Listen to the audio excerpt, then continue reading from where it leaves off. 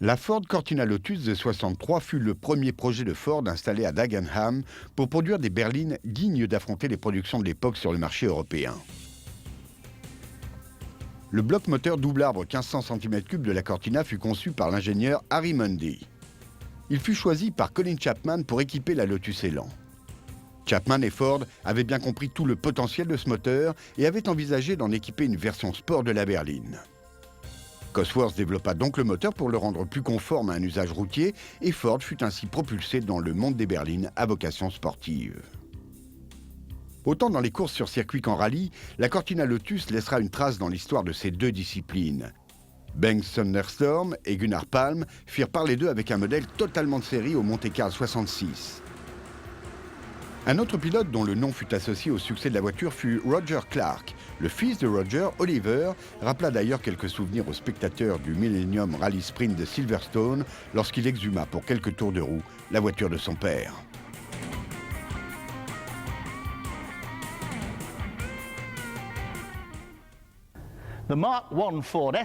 L'Escort Mark I apparut lorsque la Mini quitta les rallyes. De nombreux champions s'accordent à dire que cette voiture était un vrai plaisir à piloter. Il y avait peu de voitures aussi élaborées à l'époque. Lorsqu'elle est arrivée, l'Escort a vraiment fait la différence avec son moteur Cosworth d'une puissance qu'on ne connaissait pas jusque-là. C'est vraiment ça qui a creusé l'écart.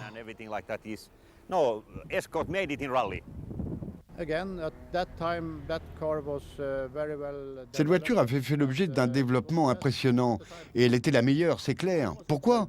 Parce qu'elle était très simple et quand j'ai commencé à la conduire, elle laissait toutes les autres derrière. Même quand elle était équipée d'amortisseurs normaux avec des radiateurs d'huile, on a remporté de nombreuses courses en montagne et obtenu beaucoup de deuxième place. J'ai été champion du monde avec elle en 79, c'est vraiment une bonne voiture. We were second, only a few seconds behind Darnish in the Stratos. I was world champion with that car, 1979, so it was a good one. Après avoir créé la Cortina Lotus et l'avoir conduite de nombreuses fois à la victoire, Ford décida d'implanter les organes mécaniques de ce modèle dans le châssis de l'Escort. C'était en 68 et Ford créa ainsi l'Escort Twin Cam. Ce fut le début d'une épopée et le commencement d'une lignée qui conduisit en 70 à la création de l'Escort RS 1600 et de la RS 2000 en 73.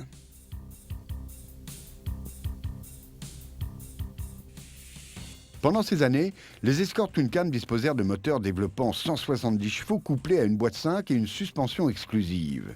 La voiture conquit rapidement l'Europe et s'imposa dans 5 épreuves majeures dès les premières semaines de sa mise en service.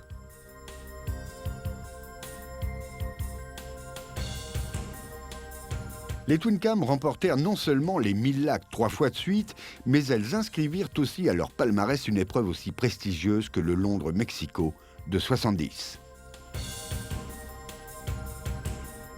Pour cette épreuve particulièrement longue, les Escort avaient été spécialement préparés avec des moteurs 1,8 litre beaucoup moins pointus que les double arbres. Cette décision fut incontestablement la bonne, puisque Hannu Mikkola remporta le titre avec ce modèle, qui finit également aux 3e, 5e et 6e places. En mémoire de ce résultat, une version baptisée Escort Mexico vit le jour et fut mise en vente peu après.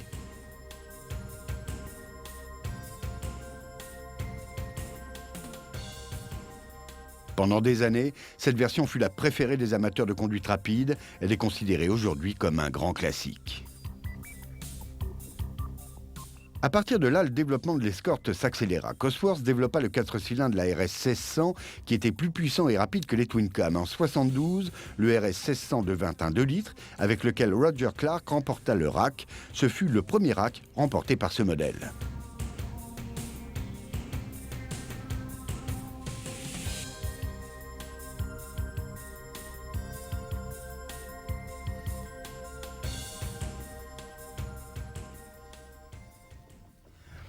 Me voilà avec ma voiture préférée, c'est une Escort MK1. Cette voiture tient une place particulière dans mon cœur. C'est comme retrouver un vieux copain après 25 ans d'absence.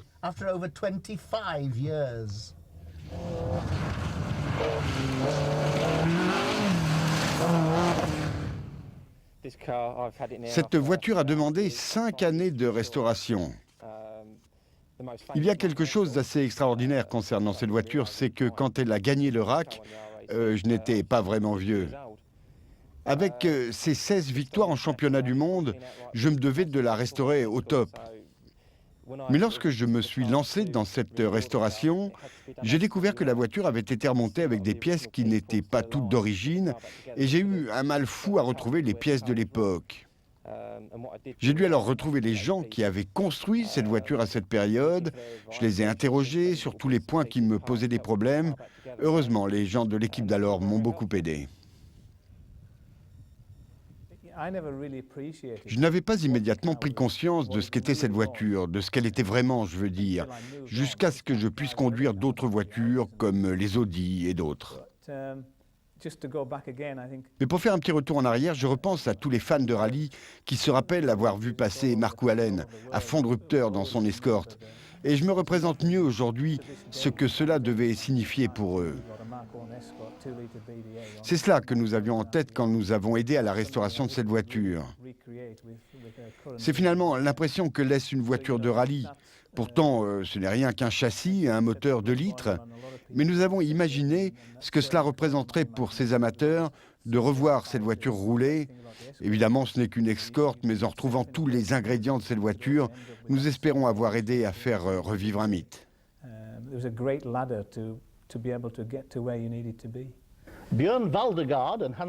C'est avec cette voiture que Björn Waldegard et Hans Torselius remportèrent le RAC en 1977. Ce fut le début d'une glorieuse carrière pour l'escorte, sans doute l'une des meilleures voitures de rallye jamais construites.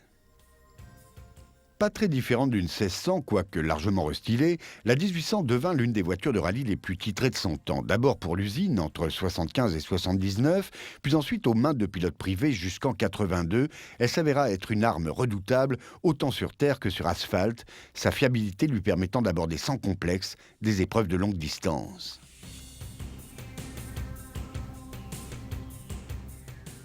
Comme la 1600, elle disposait d'un moteur de 250 chevaux, d'une boîte à 5 rapports et grâce à la simplicité de sa conception, elle fut l'une des voitures favorites des écuries privées. L'Escort Mark II remporta le titre constructeur en 1979 et fut conduite à la victoire par de nombreux champions entre 1979 et 81.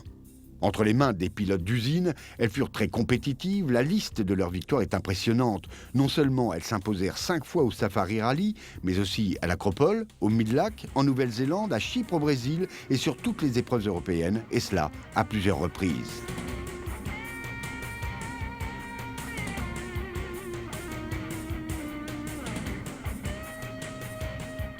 Même lorsque l'usine se retira, la RS 1800 continua de remporter des victoires pour le team Rossmann. Le très populaire Harry Vatanen devint champion du monde en 81 dans l'une de ses voitures et une autre de ses voitures fut bien près d'apporter un nouveau titre à Ford la même année.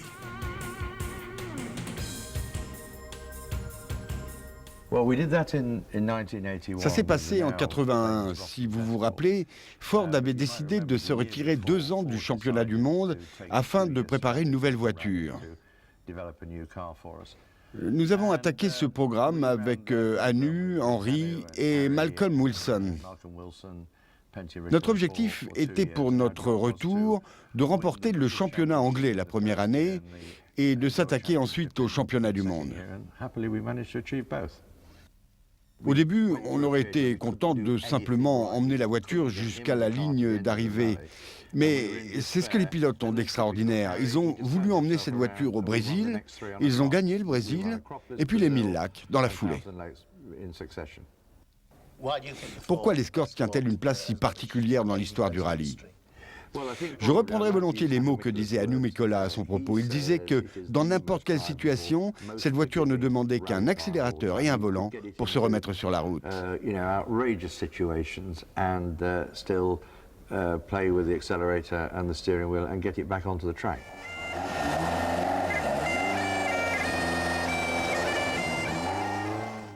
Vous avez commencé les essais ? Ouais, on a commencé à rouler hier, tout se passe bien. Qu'est-ce que vous pourriez dire de cette voiture pour la comparer à une Focus, par exemple ? Oh, c'est complètement différent, beaucoup plus difficile à conduire physiquement, mais c'est aussi rapide, peut-être même plus.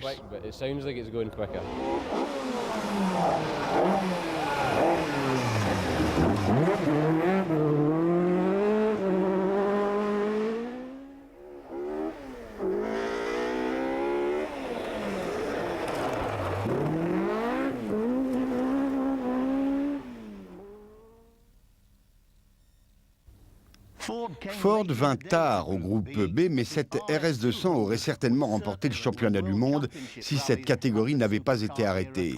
Cette voiture continua tout de même sa carrière et remporta le championnat britannique en 86.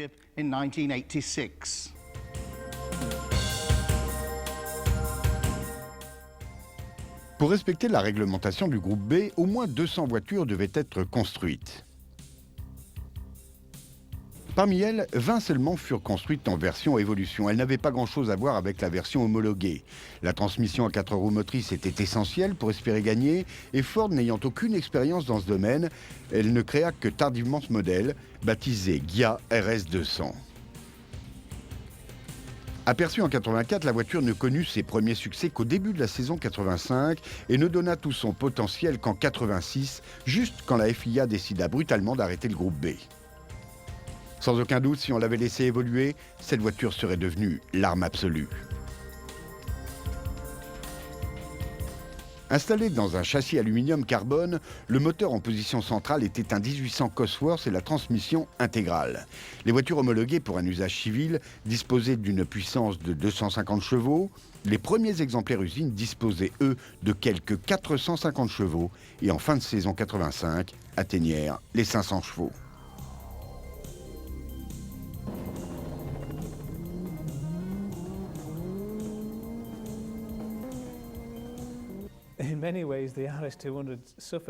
À beaucoup d'égards, le projet RS200 était absolument monstrueux. La conception même de la voiture fut un exercice énorme. Il a fallu créer une voiture au centre de gravité très bas, avec une répartition des masses optimale. Et dès le début, nous avons été confrontés à un problème, c'est que la voiture était trop lourde. Elle devait peser aux alentours de 1 tonne et il aurait fallu lui retirer au moins 100 kilos, ce qui aurait été significatif en termes de performance. Quoi qu'il en soit, il n'y avait pas à l'époque de meilleure voiture. Avec une suspension aussi performante, des doubles amortisseurs aux 4 coins, etc. Au final, personne ne pouvait rivaliser avec elle sur n'importe quel terrain.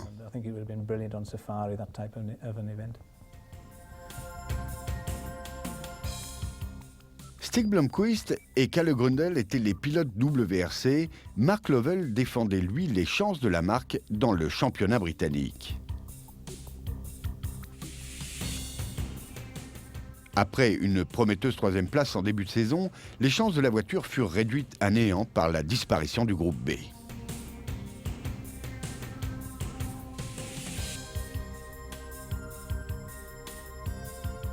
Le groupe B demeura néanmoins valide dans les championnats nationaux et lors de cette saison, la voiture remporta pas moins de 19 victoires au total et empocha plusieurs titres européens. Mark Lovell, bien sûr, emporta la couronne anglaise.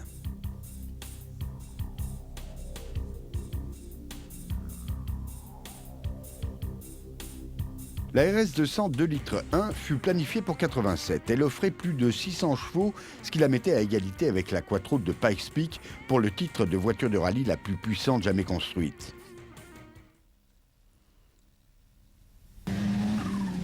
Lorsque la Ford RS200 fut mise à la retraite en raison de la disparition du groupe B, Ford fut forcé de trouver un autre modèle capable de défendre ses couleurs en compétition. L'image de l'Escort était excellente grâce à l'implication de Ford en rallye. À la fin des années 80, ce fut la Sierra qui fut choisie pour défendre les couleurs de la marque.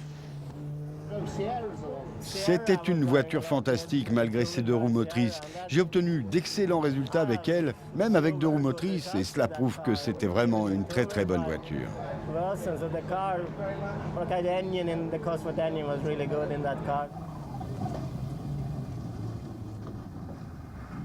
Encore une fois, ce fut Cosworth qui fut appelé à la rescousse. Le résultat ne se fit pas attendre et la Sierra finira elle-même par acquérir une excellente image de berline sportive, autant sur les circuits qu'en rallye.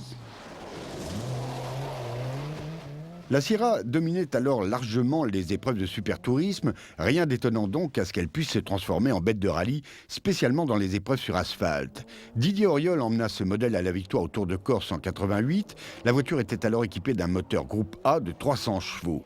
À cette occasion, le Français parvint à dominer les imbattables Lancia Delta sur un terrain qui leur appartenait. Avec sa 2 roues motrices, Auriol permit à Ford de se remettre en selle après quasiment 10 ans d'absence en rallye.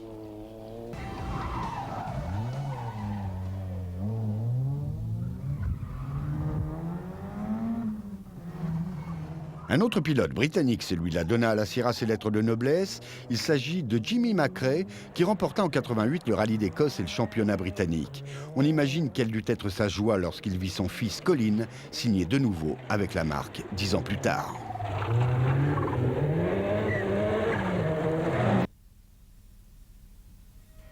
Conçue dès l'origine pour le rallye, l'escorte RS Cosworth fut victorieuse pendant toutes les années 90. En 90, un premier prototype apparut, remportant déjà des victoires. Ce modèle fut la base du team Usine qui se mit à l'œuvre dès 93. Pas de compromis sur cette machine qui fut conçue pour aller aux limites de la réglementation du groupe A. Avec son 2 litres turbo de 340 chevaux, sa boîte à 7 rapports, ses 4 roues motrices et une aérodynamique particulièrement efficace, elle remporta les rallyes du Portugal, de Corse, de l'Acropole et le San Remo en quelques mois.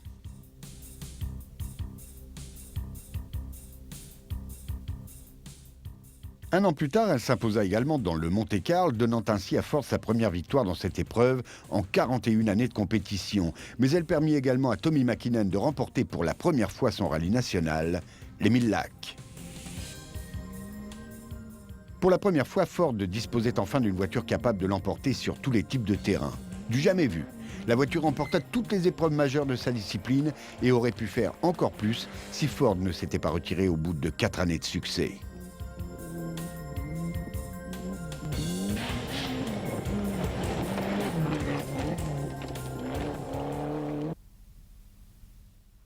Après 13 ans de succès avec l'Escort, Ford annonça qu'il allait courir avec la nouvelle Focus.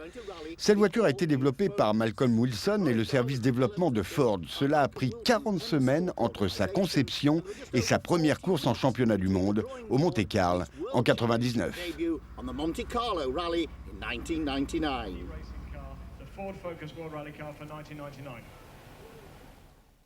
Pour répondre à la nouvelle réglementation du championnat 99, Ford développa un produit entièrement nouveau, la Focus. C'était une voiture complètement nouvelle dont l'ingénierie avait été confiée à une structure nouvelle, elle aussi, dirigée par un ancien pilote britannique, Malcolm Wilson. Rien ne fut conservé de l'Escort, tout, du moteur au châssis en passant par la transmission, était totalement nouveau. Basé sur le châssis de traction de la Focus de série, on trouvait dans la WRC un moteur turbo de 300 chevaux, une boîte X-Track et un système de transmission 4x4 très novateur. Au volant, Ford avait engagé Colin McRae, champion du monde en 1995.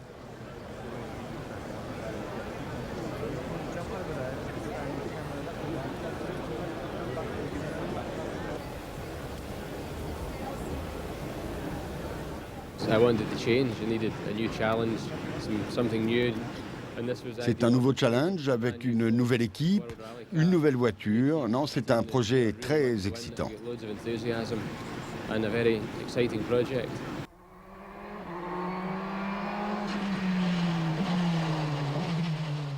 Début 99, McRae fit aussitôt des étincelles en s'adjugeant l'East African Safari et le rallye du Portugal. Malheureusement, toute une série de problèmes vinrent ternir ce début de saison prometteur.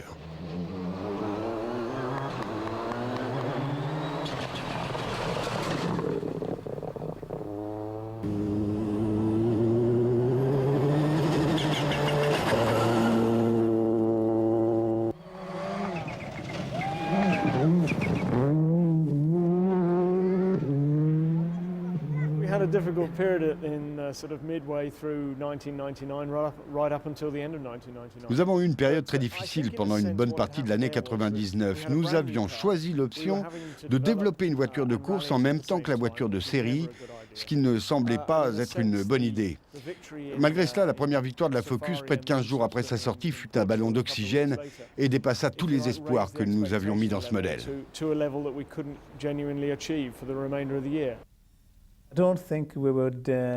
Je ne crois pas que nous rééditerons l'expérience de sitôt. La période de 8 mois que nous avons passée entre la table à dessin et les premiers tours de roue de la voiture fut un enfer. D'autant qu'il a fallu partir de zéro, du châssis au moteur, etc. Et dans cette période, ce fut difficile pour moi, qui ne suis pas designer, de ne pas pouvoir me consacrer à cette tâche, qui fut quasiment presque entièrement réalisée sur écran, avant d'être appliqué à la voiture réelle. For me, not being a designer or engineer, to not have something there to see and say, well, you know, we could do this and we could put the fuel tank there. And so a lot of the Nous avons obtenu des temps canons au Monte-Carlo, et c'est rarissime d'être performant dès la première sortie d'une voiture. We had fastest times in Monte. It was the 3 or 4 fastest times in Monte Carlo. And, Ensuite, nous sommes allés au Safari Rally, qui est sans doute l'épreuve la plus exigeante du championnat du monde, et nous avons gagné. Il y a une chose finalement que je retiens dans tout cela, c'est que la voiture est lourde, d'accord, mais qu'elle est aussi très rapide. Nous avons passé un temps fou sur le développement des suspensions, nous avons fait des essais, mais aujourd'hui ce travail paye et la voiture est très bien adaptée à toutes les épreuves, même les plus difficiles. That's really what wins you that type of an event, and I think again we're still seeing that on the likes of Acropolis this year, Cyprus, all the tough and difficult rallies.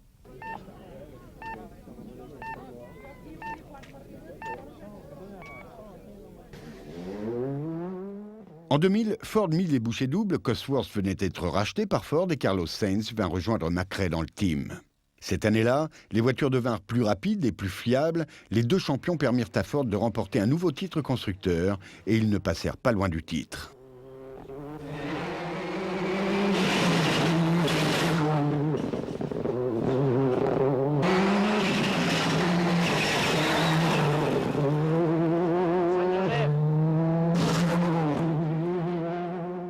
Aujourd'hui, le championnat du monde des rallyes fait partie de la philosophie de la marque. Il fait partie de son héritage. Le programme en rallye est inscrit désormais dans l'ADN de Ford.